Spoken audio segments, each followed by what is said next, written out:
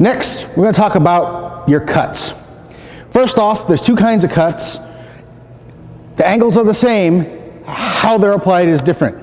You have a standard cut where you're cutting through. This is what you would see in just about any kind of fight where somebody snaps forward, cuts through, brings the knife back. Notice I drop back to a guard. Now I can cut from here again. I can cut from here again. Cut, I'm down here. Maybe I thrust, maybe I drop the point and cut up. The other thing is what's called a draw cut. Now a draw cut is actually more like making dinner, really.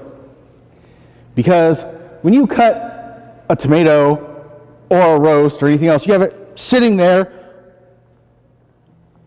on a platter. You don't go and cut a tomato like that. You're just going to send the tomato off. You take your knife, you put it up against the tomato, and you push or you pull. That is a draw cut. So when you're fighting, sometimes you'll end up like this. I didn't hit him very hard, but that is my cut by drawing it. But I come to it the same way. And this is just like what you would see with a saber or any other weapon. Your first cut is diagonal down from your right shoulder across. Your second cut is diagonal down from your left. Your third cut is diagonal up. Your fourth cut is diagonal up again. Your fifth is across the body. Your sixth is across the body. 7 straight down. 8 is coming up, but 8 is also a thrust. Now you notice whenever I thrust, I always turn it like this. Do you know why? See, he has these things called ribs, and they line up this way.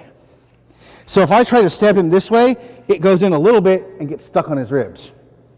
It's what the ribs are supposed to do. They're supposed to keep things from getting in deeper. But if I turn the knife like this, I can slip between the ribs. And then I'm in here.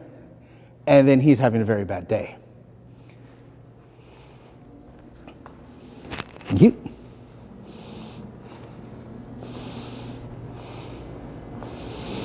Now, I'm going to go over those cuts again for you. Now, I want you to also make sure that when you're cutting, there's a lot of snapping motion in it. I'm pushing forward, I snap through. Again, I push forward, I snap through. Third, I push forward, I snap up. Fourth one, I push forward, and I snap up. I snap across, and I snap across. I snap down, and then I go forward. You notice that I'm just using a couple fingers to control this thing right now. That's all I should be using it. Holding on like this actually makes it much harder to do anything, because if I try to make a good cut, it stops here. Now, to show you, if I cut like this is how far I can cut with a hammer grip. I'm going to switch to my handshake grip. It's a lot cleaner.